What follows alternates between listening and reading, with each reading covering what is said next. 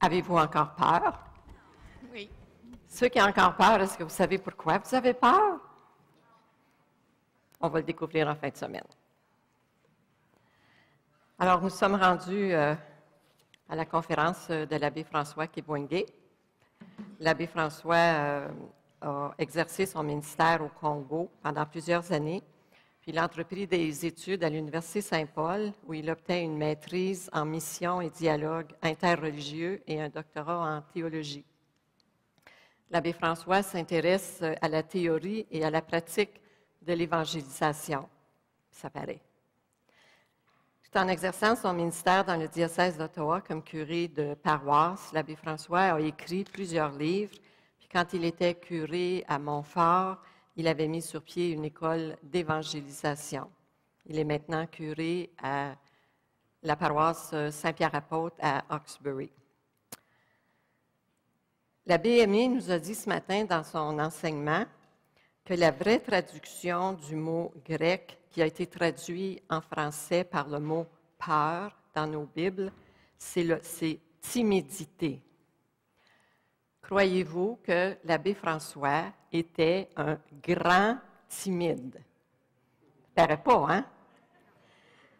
Mais il a fait confiance, puis confiance à la parole, confiance au Seigneur. Puis le Seigneur dit dans 2 Timothée 4, « Le Seigneur, lui, m'a assisté et m'a rempli de force, afin que par moi le message fût proclamé et qu'il parvint aux oreilles de tous les païens. » Puis encore dans Timothée, il y a un verset qui me touche toujours beaucoup, parce que moi aussi, je suis une grande timide.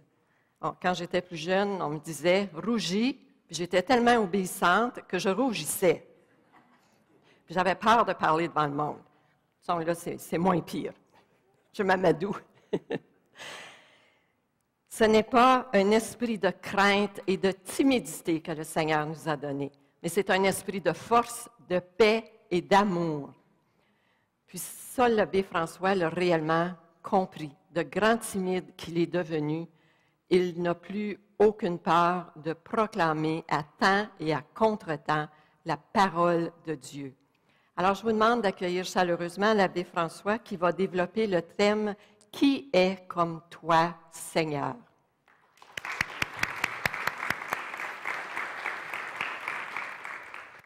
Merci, Lise.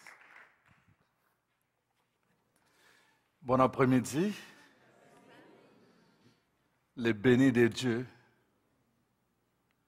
Bon après-midi, les bénis de Dieu. Alors, merci de votre présence. Ensemble, nous voulons prier Dieu, lui demander vraiment de nous libérer de toute la peur qui nous empêche de vivre avec fierté notre nouvelle identité en Jésus-Christ. Nous voulons prier Dieu pour qu'il puisse nous libérer de toutes ces peurs qui nous bloquent et qui ne nous permettent pas de lui faire suffisamment confiance, spécialement dans des situations où Dieu a besoin que nous puissions montrer au monde que nous sommes des hommes et des femmes de foi. Souvent dans ces situations qu'on a peur et malheureusement, Dieu attend de nous un témoignage et nous ne pouvons pas le donner parce que la peur nous envahit devant des situations qui se présentent comme des montagnes. Et sur le plan humain, on a raison d'avoir peur, mais la parole de Dieu veut nous aider justement à entrer sous le regard de Dieu pour comprendre pourquoi il ne faut pas avoir peur. C'est pour cela que vous voyez quand Paul explique la finalité de la Bible dans 2 Timothée 3, verset 16, il est dit clairement, une des finalités, c'est pour que nous soyons équipés. La parole de Dieu que nous allons méditer pendant ce congrès, c'est pour nous équiper à ne plus avoir peur au nom de Jésus. Amen. Amen. Prions. Père éternel et tout-puissant, nous voulons te bénir et lever ton nom au-dessus de tout nom au milieu de cette assemblée. Tu es le Dieu qui a créé l'être humain à ton image. Tu lui as donné pouvoir et autorité sur toutes choses. Et tu lui donnes non seulement ton Fils et ton Esprit, tu lui donnes aussi ta parole. Pour qu'à travers ta parole, il puisse vaincre toutes les puissances du mal, qu'il puisse marcher sur les scorpions et les serpents et qu'il puisse affronter toutes les montagnes devant lui. Nous te bénissons, Seigneur, pour ce temps que tu nous entraînes en écart, pour nous parler cœur à cœur, afin de nous redonner encore confiance en nous-mêmes et afin de nous donner la lumière sur ce qui doit nous habiter pour que nous n'ayons plus jamais peur devant les situations qui nous troublent souvent. Nous te bénissons dans le nom de Jésus et bénis ta parole de cet après-midi, Seigneur, pour qu'il soit comme une sémence qui trouve place et racine dans le cœur de tes enfants. Nous te le demandons dans la foi au nom de Jésus, ton Fils, notre Seigneur. Amen. Alors, mon thème, c'est « Qui est comme Dieu ?» Qui est comme Dieu? Je voulais aujourd'hui ensemble que nous puissions examiner d'abord notre relation à ce Dieu. Vous savez, chers frères et sœurs, ce n'est pas évident, je vous disais, sur le plan humain, quand nous sommes confrontés à des situations, de ne pas avoir peur. Surtout des situations qui paraissent grandes comme Goliath, comme Goliath devant David. Comment ne pas avoir peur? Des situations qui paraissent comme des montagnes devant nous. Comment ne pas avoir peur? Nous devons avoir un secret qui nous permet en toutes circonstances de ne pas avoir peur. Voilà pourquoi c'est important d'abord de réexaminer qui est notre Dieu, le Dieu qui nous dit ne crains pas. Qui est-il? Quand nous savons à qui nous avons affaire, alors nous pouvons provoquer et affronter n'importe qui. Quand j'étais enfant, mon père m'amenait souvent en forêt. Alors, on allait tout le jour, parfois on allait le matin, on revenait le soir. Mais déjà, chez nous, à 6 heures le soir, dans des forêts tropicaux, vous savez, il fait vraiment noir. C'est comme si c'était la nuit. Et là, vous entendez toutes sortes de bruits insolites. Des oiseaux, des singes qui sautent et qui poussent des cris, n'importe quoi, n'importe quel animal. Et vous avancez. Et on n'était qu'à 2. Moi, je n'avais jamais eu peur. Je ne sais pas si mon père avait peur, mais moi, je n'avais jamais eu peur. Pourtant, quand j'allais parfois seul pour puiser l'eau à la source, ça ne prenait pas grand-chose, juste un oiseau qui s'envole. Et là, je criais, je ne sais pas quel nom j'invoquais, mais en tout cas, je criais à tue-tête pour invoquer, pour appeler quelqu'un au secours. Mais quand j'étais avec mon père, jamais je n'ai eu peur. J'entendais ces bruits insolites, j'entendais ces cris, mais je n'avais pas peur. Pourquoi? Parce que mon champion était en avant de moi. Je savais, je dis, venez provoquer, je n'aurais même pas à me battre, il est là. C'est comme ça que je fonctionnais, je n'avais pas peur parce que je savais que mon père était fort. Il était fort, les gens le disaient. Les gens disaient qu'il était fort. On lui avait même donné un nom qui signifiait justement l'homme fort. Et j'avais affaire à l'homme fort. J'allais à la forêt avec l'homme fort devant moi. J'étais accompagné de l'homme fort. Comment pourrais-je avoir peur? Je n'avais plus peur parce que je connaissais mon père et je savais qu'il était fort. Amen. C'est ça qui m'assurait. Ça me donnait une assurance. J'avais confiance en mon père. Je pouvais aller avec lui et revenir la nuit. Malgré toutes les insolites qu'on rencontrait, mon père était l'homme fort. Et je pouvais lui faire confiance. C'est pour cela que nous devons connaître notre Dieu. Pourquoi nous ne pouvons pas avoir peur quand nous sommes avec Dieu? Mais nous devons d'abord le connaître. Qui est comme Dieu? Qui est comme Dieu? Lui-même va le dire, nul n'est pareil à moi. Vous savez, c'est important, la connaissance du Dieu que nous prions. Rappelez-vous, Job, un homme qui a eu beaucoup à souffrir dans sa vie. Et la parole de Dieu nous montre Job souvent comme l'homme juste. Mais il a eu à lutter pendant longtemps dans sa vie. Et il va faire une confession à la fin. Au chapitre 42, verset 5, qu'est-ce qu'il va dire? Seigneur, je ne te connaissais que par oui dire. Maintenant, j'ai vu ta face. C'est drôle de le dire. Job a vu la face de Dieu après avoir vécu toutes sortes d'événements dramatiques dans sa vie. C'est à travers des épreuves que Job voit la face de Dieu. Pas quand tout allait bien. Amen. Maintenant, j'ai vu ta face.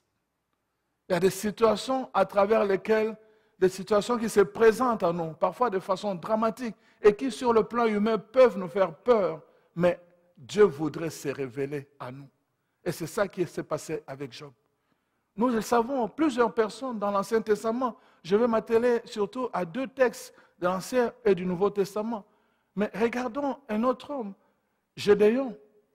cet homme-là qui était fort et tout le reste, ils étaient le peuple de Dieu. Chaque fois qu'il se mettait à travailler avec son peuple, et quand il sémait la sémence, et que ça commençait à pousser à la période de récolte, les envahisseurs des peuples voisins qui étaient plus forts qu'eux venaient les envahir et ils s'accaparaient de toute leur récolte. Après avoir tant travaillé, ils ne pouvaient même pas bénéficier de leur récolte. Voilà ce qui s'est passé. Et chaque année, c'était la même chose. Et le peuple commençait à se fatiguer. Le peuple vivait dans la peur totale quand arrivait la période de récolte. Et là, Dieu envoie un ange pour parler à Gédéon. Gédéon, il dit, la paix soit avec toi. Ça, c'était la façon dont les anges s'adressaient aux humains pour leur rappeler qu'ils viennent de la part de Dieu. Le Seigneur est avec toi. Il dit, ah non, pas question. Si le Seigneur était avec nous, pourquoi on doit vivre toutes ces situations? C'est ça que Gédéon répond de cette façon.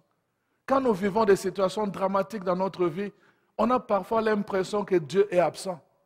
Et nous allons le voir. Si Dieu est absent, comment puis-je entrer en relation avec lui? Nous avons besoin de redécouvrir le Dieu. Parce que quand nous connaissons à qui nous avons affaire, à quel Dieu nous avons affaire, alors la notion de peur commence à disparaître dans notre vie, quels que soient les événements. Notre langage change, notre regard change, parce que nous savons en qui nous avons mis notre foi. Et ça, c'est Paul qui l'a dit. C'est important de connaître notre Dieu.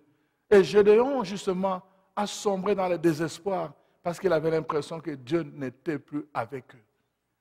Parce que si Dieu, qui est fort, qui est puissant, était avec eux, pourquoi eux faisaient l'espérance des échecs, des attaques? Pourquoi ils étaient tout le temps menacés? La question était normale. Mais Dieu vient rappeler par l'ange, le Seigneur est avec vous. Et dit, ah non, pas question. Et Dieu va lui faire voir des choses. Et lui-même va entrer en contact avec Dieu en demandant des signes. Si tu es vraiment avec nous, si tu es présent, alors je te donne-moi des signes. Moi-même, je vais te proposer et tu vas me confirmer. Et il a fait par 2 fois, Dieu a prouvé sa présence. Il a répondu aux signes que Gédéon avait demandé. Et c'est comme ça que Gédéon a repris force. Quand il a su que son Dieu était avec, quand il a su que son Dieu était présent, quand il a su que son Dieu était fort, Gédéon a repris ses forces. Il n'avait plus peur des envahisseurs. Il a regroupé tous les hommes, il les a entraînés, et c'était la dernière fois qu'ils étaient envahis. Amen. Qui est comme Dieu? Nul n'est comme Dieu, nul n'est pareil à Dieu. Mais nous devons le découvrir, parce que nous parlons ici le langage de la foi. La foi en latin, ça vient de fides, mais surtout un autre mot qui est plus fort, c'est cor dare. Cor signifie cœur, dare signifie donner. Ça signifie quoi dans la foi? Je donne mon cœur à Dieu. C'est fort ça. Je donne mon cœur à Dieu. Ça signifie je lui fais confiance. Mais comment pouvez-vous faire confiance à quelqu'un que vous ne connaissez pas?